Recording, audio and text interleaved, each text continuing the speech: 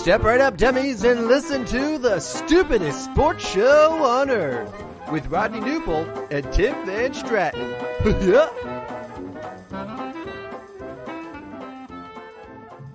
Oh, hello, dummies. Welcome to episode number 21 of the stupidest sports show on earth. My name is Tim El Presidente Van Stratton. Thank you all for the votes. This is my new name moving forward. With me is Rodney Newpol. I was told that I would be doing the show tonight with a political correspondent. However, I joined tonight to see that he is not a political correspondent. I'm very disappointed on all nights to not have a political correspondent with me. It's election night. Rodney, anyway, how are you? Yeah, happy election night to all here in America and wherever you are listening from, even though it's not election night other places. But going to be an interesting. We got our TV. You've got yours. I believe it's up to your left. I've got mine over here to my right and following along here. We're not going to know within the next hour, but it's going to be an interesting night. It's going to be a good night. Now, we debated about whether we wanted to do a show tonight. And we ultimately decided that we did because a lot of people, they were going to be, scrolling around on social media, doom scrolling, all these things. And they might want to get a little bit of a break from all of the insanity that's happening right now. It's a little nerve-wracking for both sides, whatever you're voting for. So we figured that we would come and do a show and talk some sports and just kind of take your mind off things for the next hour. Just a couple of dummies talking sports, talking a lot of football. Rodney has Newpol notes that he wrote specifically for tonight's show. We're also going to do a little bit of a quick NFL Week 10 preview, recap of best bets for betting. A reminder, by the way, for those who are joining us, give us a follow at Stupid Sports Show on Twitter. No W at the end. Very important. And if you aren't already subscribed, make sure to give a subscription to our Substack. Also, Stupid Sports Show, no W. The branding, very confusing, but it's on brand for us, I guess. Now, naturally, after I did the whole sort of preamble about how we're not going to talk politics, let's talk politics. Yes, sir. Let's go. I got you, suckers. No. All right. This is something that I was thinking about a couple weeks ago, and I wanted to throw it out there. And anyone that's listening, we would love your participation. Comment on Twitter, comment on YouTube, wherever you're watching. Give us a shout, get featured on the show. Okay. So you're faced with two choices, right? Yep. And we're not going to ask for your party. We're not going to ask who you're voting for. But obviously, chances are you have a candidate that you would prefer to win. You also, as a sports fan watching this show, have a favorite team, a team that you love, that you want nothing more than to see them succeed. So here's what I ask you. And maybe this will give a good sort of indication of what you care about more, right?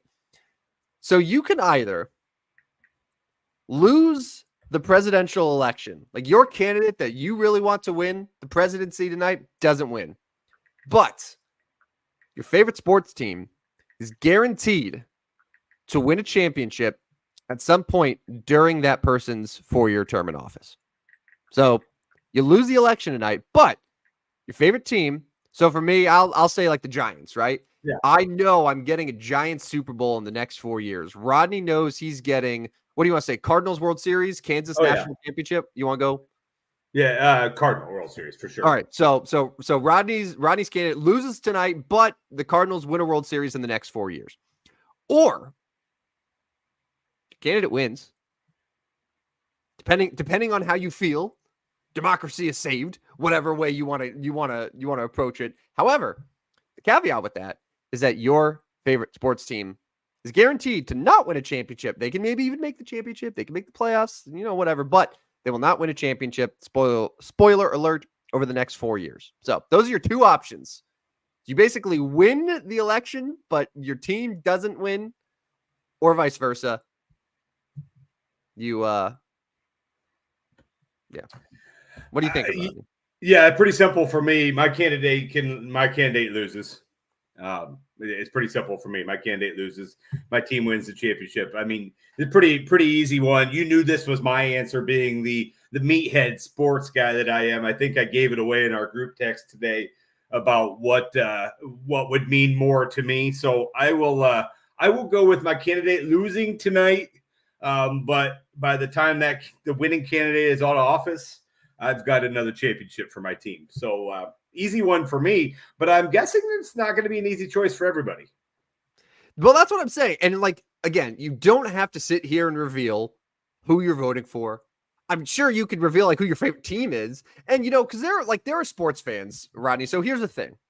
There are sports fans that have favorite teams, but they're not like obsessive, like insane, pull their hair out with those teams. Like it's like, I feel like a lot of grandpas will watch like their favorite baseball team and they'll be like, they stink, but then just like immediately move on with their day.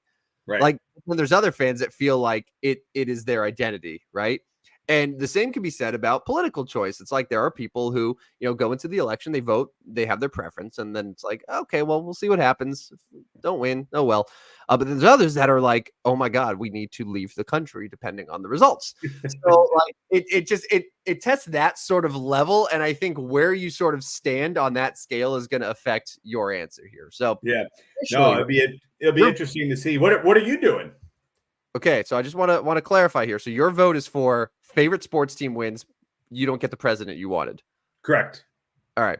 So this is where it's interesting for me because I feel very passionate about both things. As you know, I'm pretty like outspoken in our group chats and stuff about where I stand politically. But I'm also very obsessive to the point where my wife questions like why I still care so much about teams like the Giants, like the Angels, who I hate, but like if you told me that like the Angels were going to win a World Series in the next 4 years, like that's a tough thing for me to like, you know what I'm saying? I don't know. It honestly, I think it would have to depend on every 4 years who's running, sort of the state of like, how are my teams doing? Have they given me like something to look forward to? What's the current election cycle? Like if this was like a very like, a like a Bill Clinton and Bob Dole sort of situation. Yeah. You know what? I was like, give me the sports teams. Yeah, like pretty easily. So I don't know. I did a really good job of not giving you a direct answer. Yeah. I hope. So you sound like a politician. I mean, you're doing the season well here. Like you gave the politician answer. I like it. I'll give you an actual answer. So I'm so used to my teams being dog shit. Like it's almost just like I just expect it. At some point, like I'm at peace with it. What's another 4 years of dog shit? So I think I'd rather get the election, get that win, and then in 5 years, maybe, the Giants can finally have a quarterback that's not Daniel Jones and win a Super Bowl. Maybe by then Artie Moreno will have sold the Angels and then there'll be hope. Or he's moved them to Nashville and they're not even a team. Like, who knows? Yeah. So that's where I'm going. And maybe by that choice, you'll get two candidates that you can tolerate.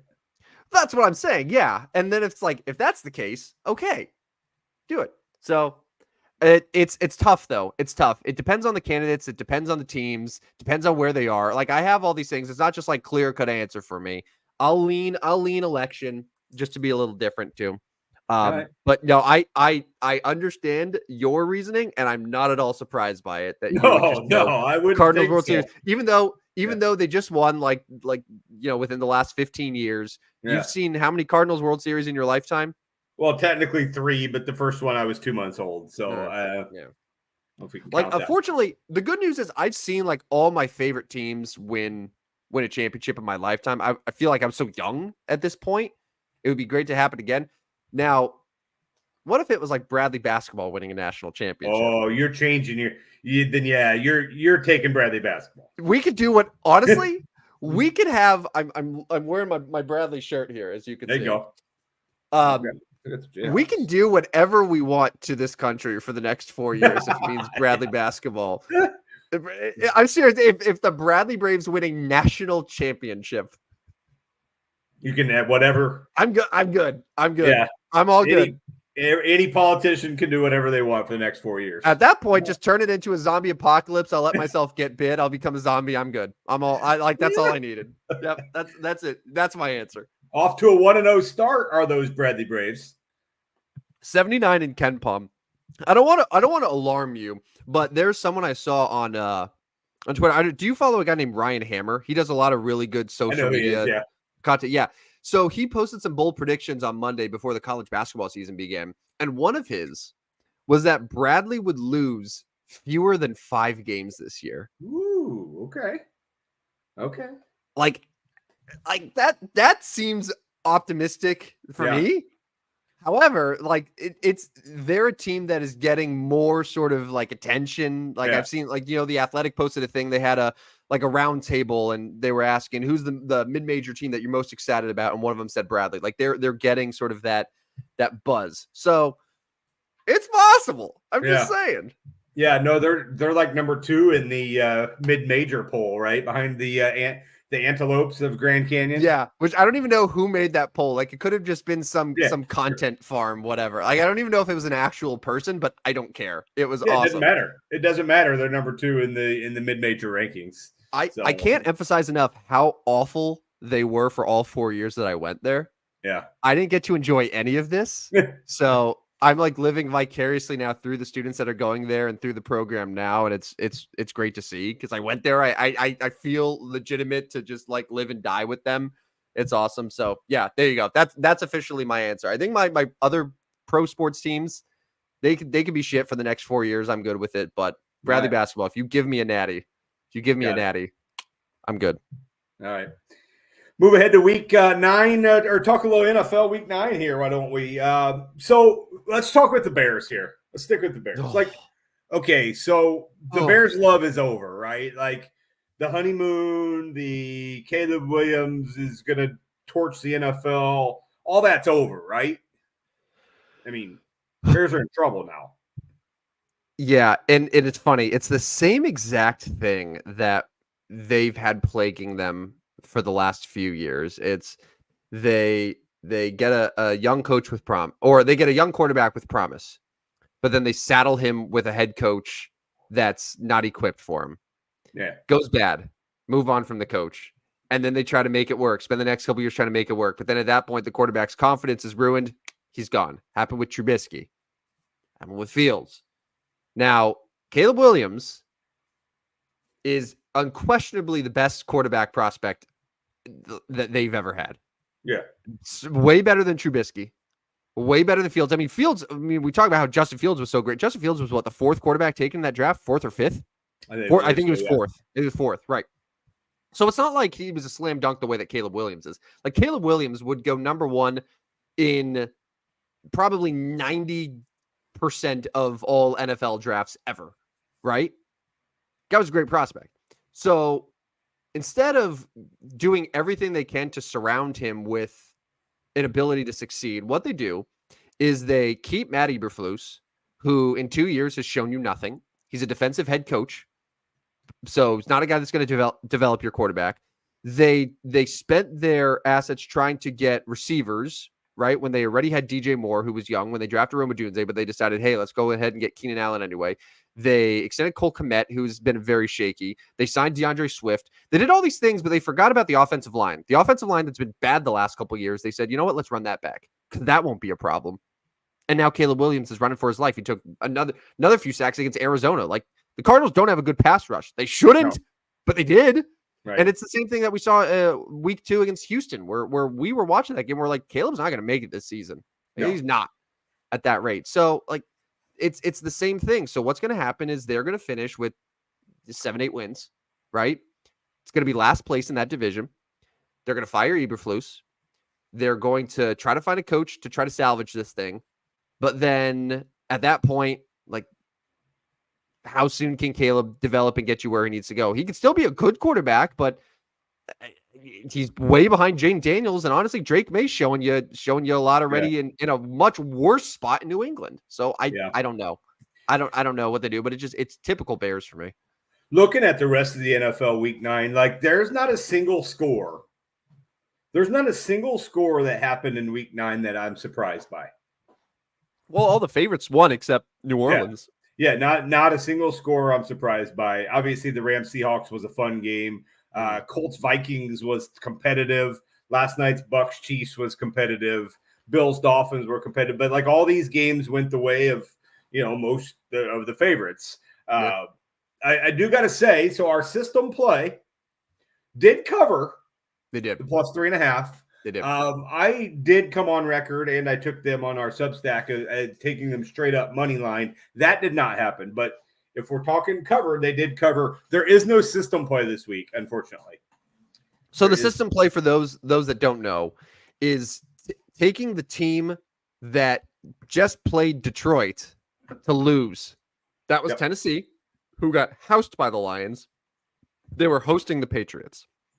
Now, it's understandable, like, for them to not lose to the Patriots. The Patriots suck. But, like you said, it was a cover. So I think it takes a little bit, like the team that the post-Detroit team is playing, like, has to be somewhat competent, right? Yeah. Like, is that a fair thing to make? Yeah, no, I think so. But and I was a little worried about it at the beginning because Tennessee came right out and scored and got ahead. But it was kind of funny because Drake May made probably the best play of anybody all weekend. No, Saquon's was pretty good. Saquon's probably won. I'm so sick. I'm so sick of Saquon. And just can I just give me 30 seconds on this, okay? Yeah, sure. Why is it that every time Saquon Barkley does any single thing on a football field, everyone's like, "Oh boy, Giants fans have to be hating seeing this. How could they let him go?" When for the last 5 years, everyone was like, "How could the Giants have drafted Saquon Barkley? You can't pay a running back long term." Saying it's crazy that he's on the team still. Also, why is it that Derrick Henry can have a gajillion touchdowns and yards every single week, and not once do you hear anyone say, "How did the Tennessee Titans let him go?" Because not only did the Titans let him go, but Derrick Henry signed with the Ravens for what? It was like 2 years and $10 million. Like, it was nothing. It was nothing. And no one says anything about the Titans letting him go. No one says anything about the Titans, or for that matter, letting go of AJ Brown either. But yet it's the Giants who didn't want to pay an old running back who'd been hurt for 3 of his 6 years there. Yeah. And they're the stupid ones? What am I missing? No, what am I missing? Yeah, I think it's a New York thing, to be quite honest with you. Like it has to be. It's like, you don't tell us that we're so dumb because we have Saquon Barkley on the team and we're considering a contract, and then we let him go, and then because he's good on a team that runs the ball all the time and is generally good, that like the Giants are dum-dums when the Titans did something that's so much worse. It's a pick on New York thing. I mean, it's easy to pick on New York. I mean, the Giants are there, the Jets are there. I mean, it's easy to pick on New York football. But what I was going to say, so the thing with Drake May, he probably, so you could go 1A, 1B as the single best play of the weekend. Okay, if you like the Drake May play over the Saquon Barkley play, fine. If you like the Saquon Barkley play over Drake May, fine. But anyways, so he did that to send the game to overtime, and I'm like, guys, this guy's for real. Like, we just Drake May guy. Not seconds later, and you're in that group text. Not seconds later, he throws that ball right down the middle, pick, ball game. Nice call, Rodney. Nice call. Generational quarterback right there.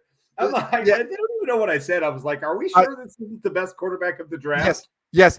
Your exact quote was, quote, "Are we sure May won't be best QB in the class?" 3 seconds later, Skeeter, our friend, says, "Game." I just like right after he just threw just a terrible game-ending interception. It was just that's something I would do. Yeah, like that's something I've done so many times. Just the worst timing. Like, I texted you on Sunday too, where I was like, "Oh, nice call playing Daniel Jones. Love his -5 passing yards." And maybe within 10 minutes of that, he already had 2 touchdowns. Like, yeah, nice. Yeah, it was funny, but Drake May's a good player. But I mean, if you think about Week 9, like the games, of course, we were all glued to it. We were all interested and all that. But like, I can't say the Week 9 games were all that amazing. I mean, when the Panthers Saints is probably your most competitive game, the 1-point game there. Dolphins Bills was good. Yeah, and Seahawks Rams going overtime was good too. But you had some good ones. I didn't feel like the games that they put in the 3 o'clock were all bangers. Like, they were so much better than the ones that were in the noon slate. Yeah, I mean, all 4. Well, The Bears Cardinals obviously end up being a snoozer just That was because it was that was a dud. 29-9. But Jags Eagles ended up being Yeah, exciting. Lions and Packers are two good teams. Then Rams Seahawks in overtime. yeah, yeah, for sure. And I know we'll talk more about it on Friday, but we have a Bengal. Well, we won't talk about. We have Bengals Ravens coming up Thursday night. Like that is, you've already declared Bengals must win this season, but like this is truly a must win for the Cincinnati Bengals. Like if they want to get back in that race, which they still can do, 2 games back of Baltimore, 3 games back of Pittsburgh, they have to go to 5-5 and win this game on the road. They're 6-point underdogs at Baltimore. Well, here's where I'll push back here. So you're looking at it from the division. And I think at this point, they put themselves in a hole that they can't climb out of for the division, right? Not when Pittsburgh's 6-2 and loading up, not when Baltimore looks like they're going to be solid. However, I implore you and anyone listening to this program right now to look at the AFC standings because the American Football Conference is maybe the worst that we have seen in our lifetimes. It is, Rodney, mid-2000s NBA Eastern Conference level bad. All right. So you have the Chiefs at 8-0. You have the Bills at 7-2. You got the Steelers 6-2. You got the Texans 6-3. You got the Ravens 6-3. The 5 teams feel good about all of them making the playoffs at this point, right? Yeah. Here are the 2 other playoff teams right now. It's the Los Angeles Chargers and the Denver Broncos. Ew. 5-3, 5-4. Ew. So the Bengals are 4-5. That means that they are a game out of the wild card right now because the Denver Broncos and Bo Nix are the only team that's in front of them. You also have the Indianapolis Colts who are sitting at 4-5. We saw Sunday. They're just there. They're there. Yeah. And then the Jets are still in the mix at 3-6. No. And then, Rodney, you have the Titans, Dolphins, Browns, Jaguars, Raiders, Patriots. 6 teams that are all at 2 wins. Yeah. Pathetic football teams there. Yeah, no, you're right. I mean, but still, so regardless of that, like, getting this win for Cincinnati would put them a long way towards getting back to that playoffs. They're at the Chargers after this. You know, that's a big game too because and on Sunday night now, and and as we mentioned, I mean, the Chargers are a team that's right in front of them in the wild card. I mean, that could be a game where the winner ends up getting one of those playoff spots and the loser ends up sitting out. And then it's the Steelers. It's their bye week, then the Steelers. Then they're at Dallas. And, you know, that Dallas game on December 9th probably going to be without Zeke still, or Dak still. Then they're at the Titans. Should win that one. With the Browns, you would think they would beat the Browns, although it's a rivalry game. With the Broncos, another AFC battle there. And then at the Steelers. So, yeah, Cincinnati's got it in front of them. Your Super Bowl team has it right in front of them. But Thursday night's huge for them. All they have to do is just get in. I don't need the division. Just make the playoffs. And honestly, Rodney, you have the Broncos, you have the Colts, you have the Bengals, you have the Jets. You got to pick one of them to make it. I mean, you got to pick the Bengals, right? Yeah, you do. You do have to pick the Bengals. And then moving forward, there is a early game on Sunday. Your New York Giants are in Germany. We can skip past it. Yeah. It's a must-lose game for both teams. Yeah. The primetime games: Lions at Texans and Dolphins at Rams. There you go. So Dolphins Rams Monday. Yeah, in LA. Yeah. Veterans Day, by the way. Happy Veterans Day coming up on Monday. I guess it matters. So the Rams are man. So the NFC, you have 7 teams that are all like the Packers are the 7th seed right now at 6-3. Yeah. And then you just have a cluster of Bears, Rams, Niners, Bucks, Seahawks that are all at 4 wins that are just right behind them. Yeah, but I mean, you're not going to be able to be 500 in the NFC. I mean, you're not 9-8. 9-8's not going to get you there. That's what I'm saying. So you need the NFC West teams. The NFC West probably only going to get 1 team in. It's whoever wins the division because right now Arizona's leading at 5-4. Correct. So you need Minnesota, Philly, or Green Bay to just take a nosedive. Yeah, which it could. Like Minnesota could still, right? Green Bay, I'm not sold on Green Bay. Yeah, but listen to Minnesota's schedule here real quick. At the Jaguars, at the Titans, at the Bears, with the Cardinals. I mean, that's four teams. That's four teams they should beat. To be quite honest with you, They I know it's three should straight be road games. favored. They should be. Yes. You know what? Depending on Arizona, they could be small underdogs at Arizona, but yeah, generally speaking, yeah, I see. So, I mean, yes, Minnesota could take that nosedive, but they're set up pretty good. You mentioned Green Bay. Green Bay's got their bye. Green Bay's got at the Bears, with the 49ers, with the Dolphins. I mean, at that point on Thanksgiving Day, if the Dolphins, I know they're going to be about out of it at that point, but it's still, if Tua continues to maybe improve and Tyreek finds it a little bit, like, that's still a scary game against the Dolphins on Christmas Day. And then they go to Detroit and to Seattle. So it's like, okay, Green Bay, I still think could be the team outside looking in. Mm-hmm. And then who would take their spot? The Bears? No. That's a great question. Probably be somebody like, it could be somebody like LA. If they don't win the division, let's say San Francisco gets hot. I mean, LA's got the Patriots coming up. That's a game they should win. They got the Saints coming up. So, I mean, I could still see two teams out of the NFC West. San Francisco get hot, LA play well, and sneak in there. But still a lot of football to go. All right, Rodney. Well, yes, this time. It's week 9. Well, we're going into week 10. And we have something special for our NFL preview on Friday's show. But tonight, I feel like I've been talking a lot today, so I'm going to give you the floor here. For new you can catch up on the election latest here and see what's going on. Looks like we got another poll closing in about 31 minutes. Wisconsin and Michigan are still too close to call. So I'm going to do Newple Notes. It's my NFL power rankings. I'm going to start with the back this time. I'm going to go very, very, very end of the power rankings. Go 32, 31, 30, 29, 28, just the bottom 5. And then I'll start with 5 and do the top 5. I'll be honest, my number 32 is the New Orleans Saints. I think they're terrible. I think they're terrible. Now, there's a lot of teams. There's a lot of teams that could be considered for this spot. I mean, there really is. Like, there's a bunch of bad teams in the NFL, and I'm not sure any of them are that much worse than others. They're all just bad. Right now, I'm going New Orleans because of their ugly losing streak. They fired their coach first. I'm not sure people are buying into Derek Carr on that roster anymore. I mean, Alvin Kamara is the one guy that you can count on. And Taysom Hill. But I'm going to go the Saints, just barely ahead of your New York Giants. I certainly could take the New York Giants at 32, and I know you could as well. Why I have the Saints over the Giants, it's really I'm not real sure, to be quite honest with you.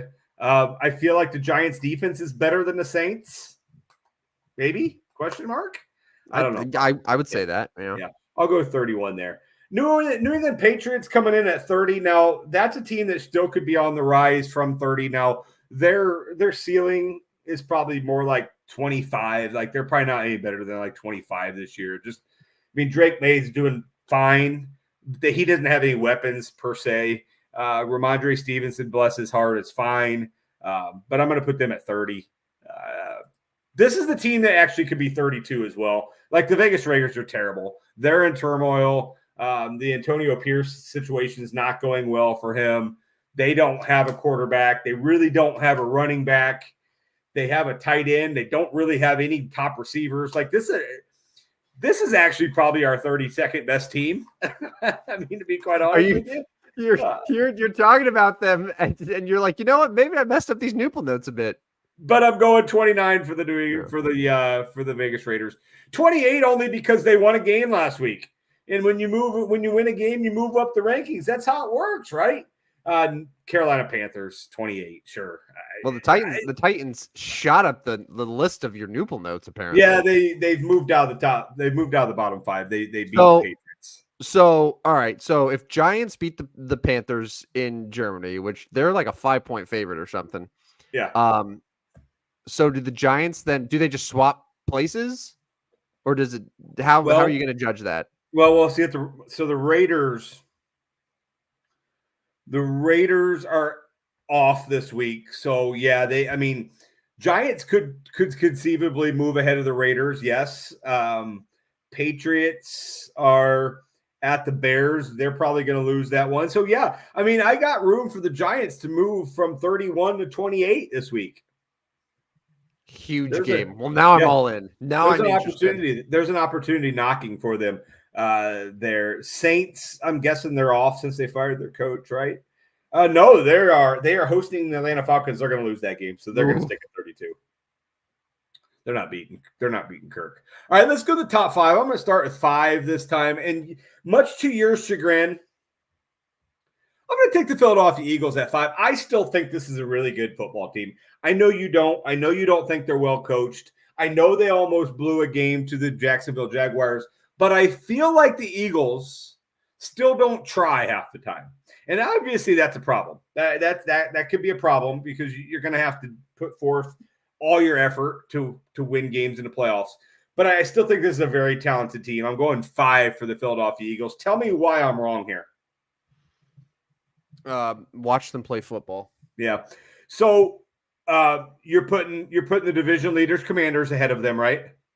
Yes. Yeah. If the Commanders play the Eagles tomorrow, the Commanders would win. You're putting the Vikings ahead of them?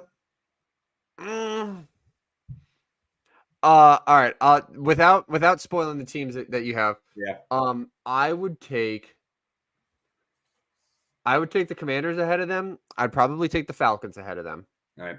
Let's go 4. I'm going to go 4 with the Ravens. Didn't the Falcons beat them, if I'm not mistaken? That's overrated. Head-to-head's overrated. I'm going to go number – I'm kidding. I'm going to go number 4 here. I'm going to go the Baltimore Ravens.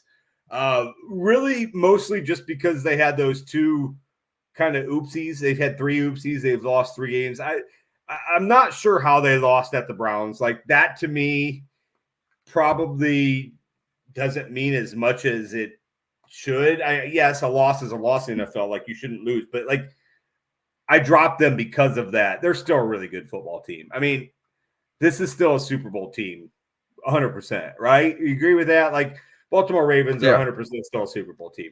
So I guess that means – go ahead. They're playing, like, at their best, when they're playing up to their potential, when they don't have, like – because, like, they've had a couple games this year where they were, like, cruising along, and then, like, they let Dallas almost win it in that one game.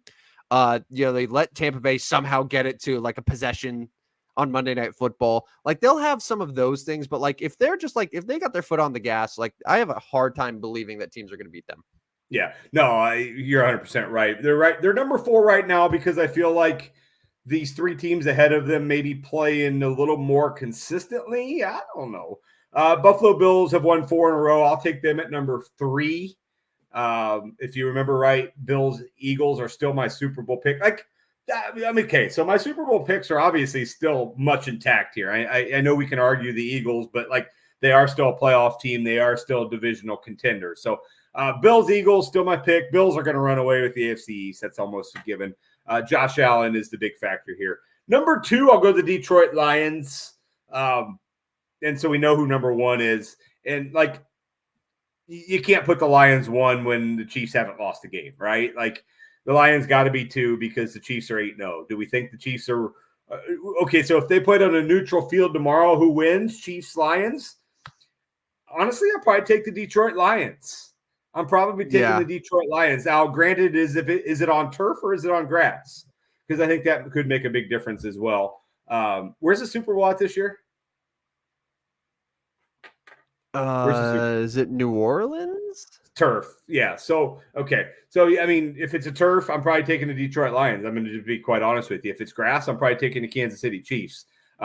So I've got 1 Chiefs, 2 Lions, 3 Bills, 4 Ravens, 5 Eagles. We can come back to that number 5 now. So I left out the Washington Commanders, but I haven't bought into them all year, and you know that. I left out the Pittsburgh Steelers. Neither one of us think they're a top 5 team. I don't, but I'm higher on them than I was like 3 weeks ago. But yes, I left out the Minnesota Vikings. I left out the Vikings, and I left out the Falcons. And I mean, at this point, you can't consider Houston in there until they have their studs back and don't lose to the Jets when we have $300 on them. So they're not going to be in the top 5. Out of principle, I think the Texans have to be removed from the list. No, listen, as we discovered with all of those teams where I gave you 6 teams in the AFC alone that all are 2-6 or worse. there aren't a whole lot of really, really great football teams. Yeah. And that I'll say this. I think the 4 that you have in there are the 4 best teams in the NFL. 5, we could sit here and we could debate. I understand your arguments about the Eagles, and talent-wise, I got a lot of talent on that team. I just the coach is bogus, and like I don't know. Like I feel like Jalen Hurts is just he's limited. He's limited in a lot of ways. The ways that like Lamar Jackson isn't and Josh Allen isn't. And like Detroit has the best offensive play calling in the NFL, and then the Chiefs is just kind of by default. I will say this though about the Chiefs. It's to their credit, they win close games. They find a way to win. Like good teams find a way to win. I'm not sitting here and be like, oh, the Chiefs still got lucky. But like the Chiefs have a worse point differential this year than the Chargers do. Yeah. Yeah. No, for sure. Like the Chiefs are plus 56. It's good, right? The Lions, for perspective, like the Lions aren't just beating teams, they're crushing teams. They're at plus 110. Easily the best in the NFL. It's not even close.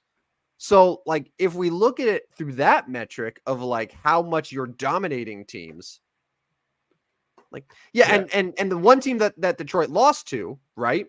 Tampa Bay, nearly just beat Kansas City. And if they went for 2, got it. They beat Kansas City and Kansas City. So, like, it's closer than we think. And I think you would agree. Like, it's close. It's close for sure. Kansas City. But for sure. I get why they're number 1. Yeah, it's just hard to put the defending back-to-back champs that hasn't lost anything other than 2. But that's my Newport notes for this week. One more thing, I wanted to have a bonus here real quick, and I'm gonna a bonus Newport note here. The college football bracket projection came out tonight. And I don't want to spend very, very long on this because we may spend a little more time with it on Friday or as we get closer here. Number 1's Oregon, we knew that, right? Mm-hmm. Number 2 is the Georgia Bulldogs. Came in at number 2. I mean, number 3, they've come on strong. Yeah, number 3 is Miami. Okay, Cam Ward. And number 4 is the Brigham Young Cougars. BYU is number 4 right now, so they would get a bye. They would get the winner of Ohio State, Boise State.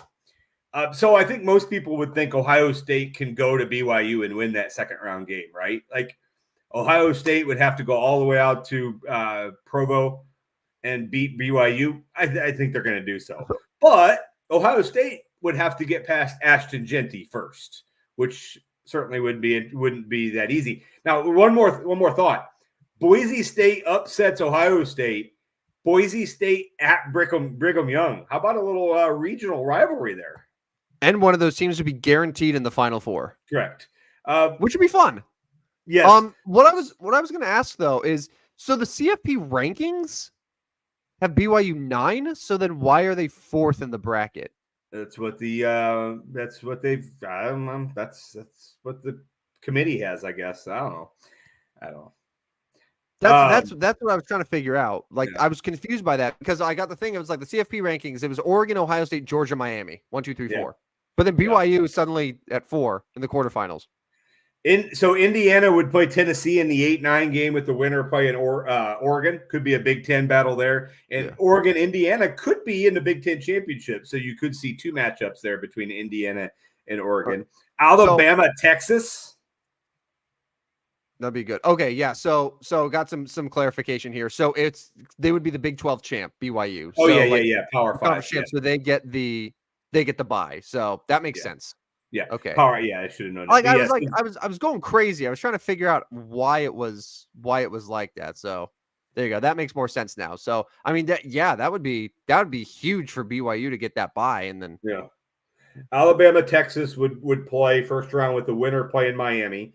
I would guess a lot of people would say the winner of Alabama, Texas would go into Miami and beat them because I'm still not sure that people are buying into Miami. And then the final first round game would be Notre Dame at Penn State. So the Nittany Lions would get a home game. I'm not sure either team deserves to win that game, and both would get rolled in the second round by Georgia, right? I mean, so we're probably looking at honestly, we're probably looking at like Texas, Georgia, Oregon, and Ohio State. I mean, obviously, top 4 teams. So what you're saying is the exact results that we would have had if we didn't have a 12-team playoff. Yeah, for sure. For sure. I mean, that's the 4. Yes. So it'll be interesting to see how those move. Teams that got left out as of right now. SMU is actually the first team out at 13. Texas A&M with 2 losses, and LSU and Ole Miss all with 2 losses after that. Iowa State just took a bad loss. They've got 1 loss. They fell to 17. Pittsburgh, Kansas State, Colorado. Colorado at 6-2 can still win the Big 12 and still might. And you know our buddy Skeeter's jumping up and down about the Colorado Buffaloes possibly winning the Big 12. Would Shador win the Heisman, or is it just all Travis Hunter? It's just all Travis Hunter. Travis Hunter for Heisman. Anyways, let's. What do you want to do? Our best bets for betting results? Yeah, I was just one more thought on college football here. I was just gonna say, so that Notre Dame Penn State game, that is the ultimate matchup. Like when I think about 2 programs that benefit the most from the expanded playoff, because you know that they're always going to be in that like 5 to 12 range. Like it's those 2 teams. So it's just perfect that they would be playing each other, because like those 2 schools are going to benefit just from having this opportunity, even though no one thinks that they're deserving of a national championship. Right. Hey, I want to give a special shout out to our buddy Aaron. Listening tonight. Yeah. Thanks, Aaron. He's the one who, I'll give you a little behind the curtain here. He's the one who told me about the BYU thing, which I didn't understand. And apparently you did not help either. And it went over my head. I knew that. I just didn't remember it, didn't think about it. But anyways, thank you, Aaron. And appreciate you listening in with the 169 eyeballs on us right now. This is the most that we've had so far. Yeah, I'm not sure our comments are working though. I click on the comments. It says can't post comments to some destinations. So I don't know. Dumb. Yeah, dumb. I think it's Elon's fault. He probably shut our comments off tonight. Anyways, let's go to best bets for betting recap. We both actually did really well this week, surprisingly. And that is a good plug for our Substack, right? Yes. If you don't look at what our Substack records are, then yes, it's an excellent plug. Our Substack tonight, I have no idea how Jets in Utah did. Lightning Blues didn't quite get over 6. Sorry, bro. The Jets BYU. Jets won 3-0. Oh, okay. BYU minus 33.5. They're up 40 right now. That's going to be another dub for you.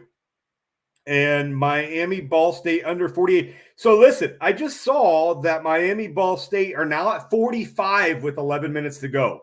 That slowed down significantly. In fact, there's just been 11 points in the second half so far. So if you could play a little defense here, Ball State's got the ball down 3. Like, let's say they drive, don't get a field goal, punt it away, Miami chips some clock, they end up not scoring. I mean, there's a scenario where this works. So good luck to that one. My picks tonight, Rice Owls and college buckets. That's a W. Central Arkansas BYU over 150. What did I say that score was? Let's see here. Oh, man. Why is this taking so? So they are at 128. Yeah, that's not going to work. 138. I don't know if how much time left. Well, 128. Yeah, that's not going to work. I'm going to lose that one. New Orleans, Kansas State over 147.5. They won that one. This is fun watching you do math on they the went podcast. To 150. They went to 154, so there's a dub on that one. Bowling Green, Central Michigan under, and the Miami Ball State under. So got some chances here. It is working. I think it's working for some, but not for others. Thanks, Aaron. Test. Thank you, buddy. Oh, anyways, look at that. Our best bets for betting. Boise State was a winner for me. They are my go-to. The Ashton Genty and the Boise State Broncos, they are my go-to. They have been my my bread and butter, my winners. I took the Broncos and they won. I'm trying to figure out who they play this week. I'll figure it out right now. But that's an automatic play for me. Boise State is at home in a 24-point favorites against the Wolfpack of Nevada. So lock that one in. I started 1-0. All right, my first best bet. It was a little bit of a sweat. Not gonna lie to you. It was a risky play too. It's not like Ryan Day and Ohio State have thrived in these types of games. However, James Franklin and Penn State have been worse. And Ohio State was able to gut out a win in State College. It's very happy about that. They made plays when they need to. It was a weird game. Like you had like the interception in the end zone. Like Ohio State definitely lucked out in a couple different places. But Rodney, as we know, sometimes it's better to be lucky than good. And I was very lucky with this one. So the Buckeyes give me a win. My first best bet. Yeah, so we should have known this one. We've seen this game before, and Georgia's actually on my no bet list at this point. A couple times I've taken them with a little bit of a margin spread, and they didn't come through. So the Georgia Bulldogs at minus 14.5 did not happen. Florida was pesky. Florida battled. Florida stuck in this game. Florida almost won this game. Didn't win the game, and Georgia did not cover, and I lost. It was actually, spoiler alert, my only loss of the week. But the final score ended up 34-20, 14-point game. I lost by the hook. But to be honest with you, I shouldn't have deserved the hook because Georgia scored with 4 minutes to go and then with 3 minutes to go to make it 14. So I never had a chance in this one. You could say, oh, you only lost by a half point, but I never had a chance. 1-1. My second. Oh, hey. Washington. Kerry Lake's losing. Kerry Lake is losing from Arizona. Yeah, I saw. I think that she's going to lose, which is heartbreaking for no one. All right, let's go ahead. All right, Washington was a 2-point underdog, inexplicably, at home against the USC team that's been bad. That's been a favorite. They were a favorite 3 times on the road. Going into this game, they lost all 3 outright. Yeah, I was like, what am I missing here? But I took Washington anyway. And of course, to no surprise, Washington won outright. It was easy free money. And now USC's making a quarterback change. They're off this week, and then in 2 weeks, they're starting a new quarterback, Sia Miller-Moss. Is Lincoln Riley, is he done there? Yeah, I think he's in trouble. It doesn't feel like he's going to get fired. It feels more like he's going to leave for like Dallas Cowboys job. Head coach? I mean, Jerry would love him. Head coach might be steep. Does it make sense for him to leave as a head coach of USC to become an offensive coordinator in the NFL? No, probably not. But you might want to get out before they get him out. Would be the only opportunity there. Like leave before you get fired situation. But yeah, I mean, like you're gonna talk about a middling college head coach going to be the Dallas Cowboys coach would certainly be interesting. But yeah, it does feel like Lincoln's about done there. It has not been a banner career for Lincoln in SoCal. My third best bet for betting, system play, took it, got the win. Drake May tied the game at the buzzer. Couldn't quite get the W on the money line, but there we are. We took the system play and we got it. Patriots plus 3.5 at the Titans. 2 bad football teams, but one paid off. So there we go. All right, my number 3, the Buffalo Bills. Yeah. Too many times settling for field goals. Miami played well. I mean, Miami scored late too to tie it. I was hoping that the game was going to go into overtime and the Bills could get it. I had them I got them at 5.5 on Sunday. So if the game went to overtime and the Bills were able to win on a walk-off touchdown, that would have been great. But alas. Yeah, but if these 2 teams played tomorrow in the same situation, you'd take Buffalo again. Yes, 100%. And the Bills would win by 14. Yeah, you would think more often than not, but just didn't go your way. My fourth one was Campbell and the Detroit Lions winning in Green Bay. I mean, at this point, they're very difficult to bet against. I'll just be quite honest with you. Like it's hard to bet against the Detroit Lions at this point. I know the hook could get us in Houston on Sunday night. I doubt it. The way Houston looked Thursday night against the Jets. But that would be my luck is I'd probably go big on the Lions and Houston would end up covering this one after not covering against the Jets. But Detroit's looking really good. 7-1. They've won 6 straight now. They picked up the win and the cover against the struggling, not struggling overall, but the struggling Jordan Love led Packers. He's turned the ball over a lot. He does. He makes a lot of good plays. I still think he's a good quarterback, but number 1, he's clearly banged up. Number 2, he throws a lot of interceptions. That's that seems to be a problem.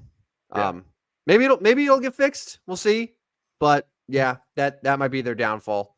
But I think if there was any sort of debate as to who the class of the NFC North was, the Lions just ended that discussion. Correct. All right, my final one.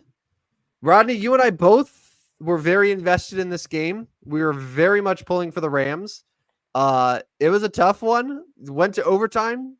Jackson Smith and Jigba had a great game for Seattle, but a beautiful walk-off touchdown to cousin Demarcus Robinson. And the Rams ended up winning in overtime, covering the 1.5. It was a 1.5, wherever you got it, but the Rams won. Good news. And we both went 3-1, which is exciting. Yeah. Yeah. So short story. I don't typically like to have sports on while if my family's at home eating dinner. A lot of times we don't get a chance to eat dinner together, just with all of our activities and stuff going on. But I had the Rams on at dinner during this one, and I actually leaped up from the table in excitement. I had some money on this one. I did.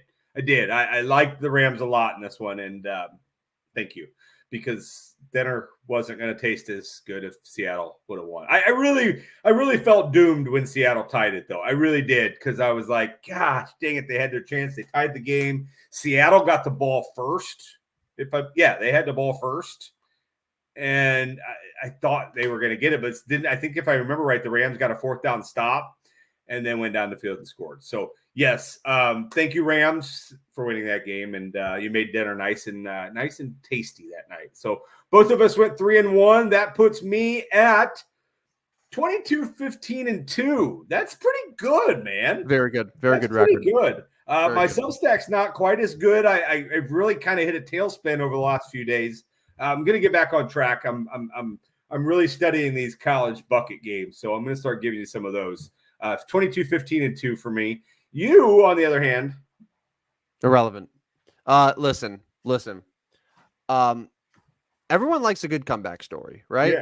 Yeah, for sure. I purposely put myself in a situation to where it's do or die, and a 3-1 week. We're getting back on track, and you know what? We're going to go 3-1 again. Then we're going to do it again, and before you know it, that record is going to look pretty dang special. Okay. Going to win you all the units. By the way, Brigham Young basketball won by 38 tonight. Yeah, they did, Rodney. Brigham Young.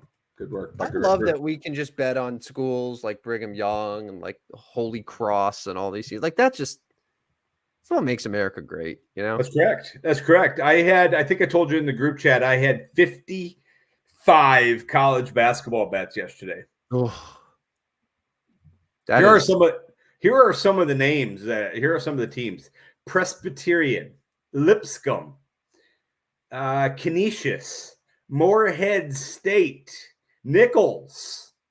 Oh, I won't go any further, but all of those actually earned some real American dollars last night in college basketball. So, should we get to the Barry Bonds stat of the day so people can get off here and start following the election a little bit more? Yes. Speaking of Morehead State, whatever happened to Kenneth Fareed? I don't know. The Manimal. I feel like he had like a 2-year run where it was like, this guy's going to be really good. Just flying all over the place with Denver, and then just never saw him again. Yeah, not sure. All right. Barry Bonds stat of the day, which could be sponsored by your favorite brand, your company, your employer. Maybe reach out to your boss, your CEO, and say, hey, you know, I got this cool show I listen to, and they're not asking for very much money, but they'd like you to sponsor the Barry Bonds stat of the day. Maybe you're a steroid company. Maybe you're an HGH Barry Bonds stat of the day, sponsored by Balco. Yeah, Balco. But Barry Bonds stat of the day today. So we've done a lot of these. We're getting kind of we're getting to the point where it's like, hey, we talked about this one, but they continue to be amazing. 21 stats of the day for Barry Bonds. This stat is the number is 102. 102 games Barry Bonds hit a home run and he stole a base. Okay, so you think about that. It's hard to get the total perspective of that. Like the number 102 doesn't seem like, whoa, that's a ton. But if you think about it, a home run and a stolen base, that's hard to do. That's not easy to do. That doesn't happen a lot. That's the most in baseball history. Great. We're not surprised that Barry Bonds did it, but it's 15 more than the next highest, which, by the way, is this guy that is known for doing this, Ricky Henderson. Ricky Henderson, known for stealing bases and was very prominent at hitting leadoff home runs. Ricky Henderson had 87 of them. Ricky Henderson was also a first ballot Hall of Famer. So Barry Bonds, 15 more games that he had a home run and a stolen base than Ricky Henderson. That is impressive. And that's our Barry Bonds stat of the day. Brought to you by Balco. He was a nice little player, that Barry. Yeah, not bad. Not bad. Whatever not happened bad. to him? Yeah. And rest in peace to baseball, as now we're just talking about free agents for the next 4 months. Yeah. That's your cup of tea. Yankees checking in on Pete Alonso, I saw today. Yeah, and I mean, is it inevitable that Juan Soto is going to the Mets? I don't know if it's inevitable, but I know that that Uncle Steve will want to throw him the bag. I mean, you know what's so funny to me? You know what's so funny to me? Like, every single time in free agency, these players, they talk about, oh, well, it's got to be the right situation. You don't want to go to a place, blah, blah, blah, be open.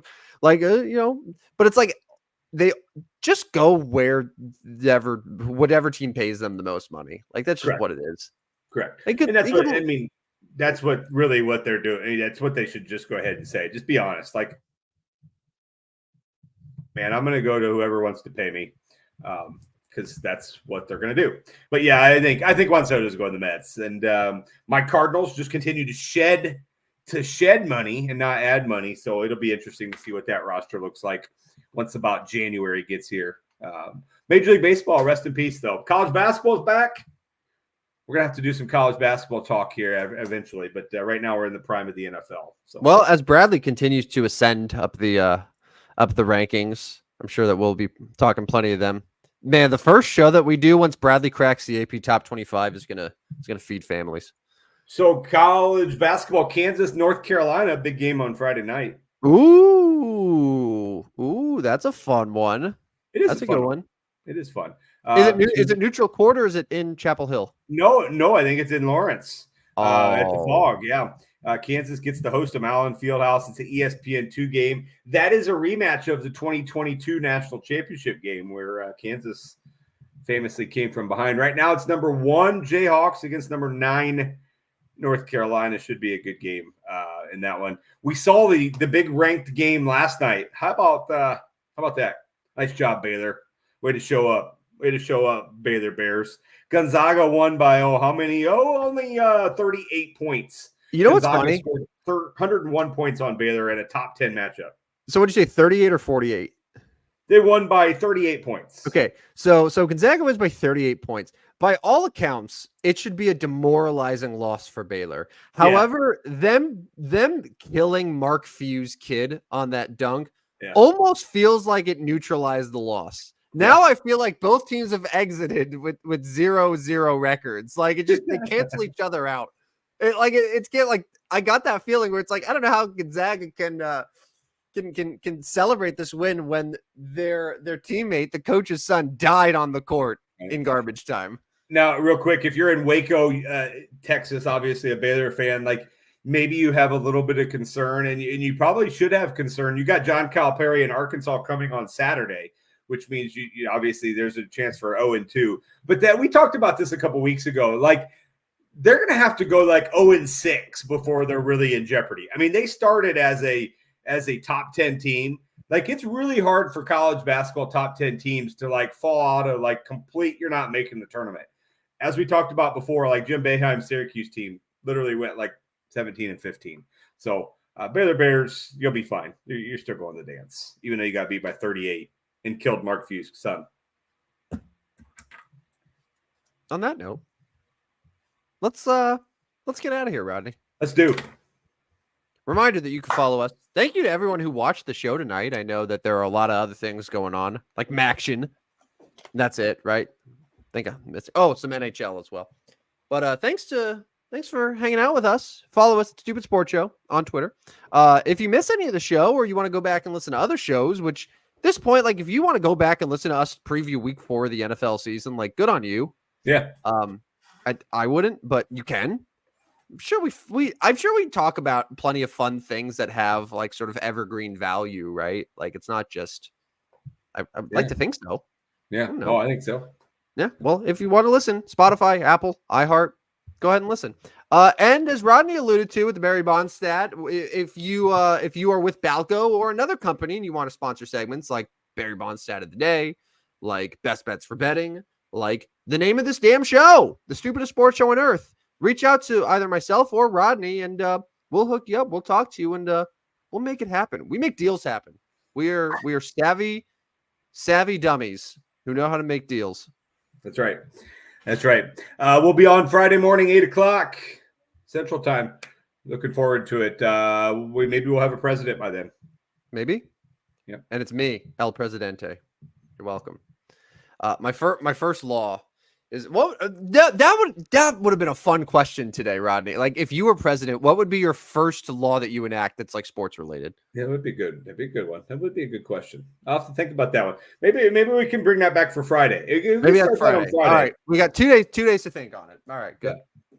Good. All right. Well, let's get out of here. For Rodney Newpol, who's not a political correspondent, I'm Tim, El Presidente Van Straten. We'll talk to you Friday, 8 a.m. Central. It's 9 a.m. Eastern for another live edition of the stupidest sports show on earth. Good night, everyone. See ya.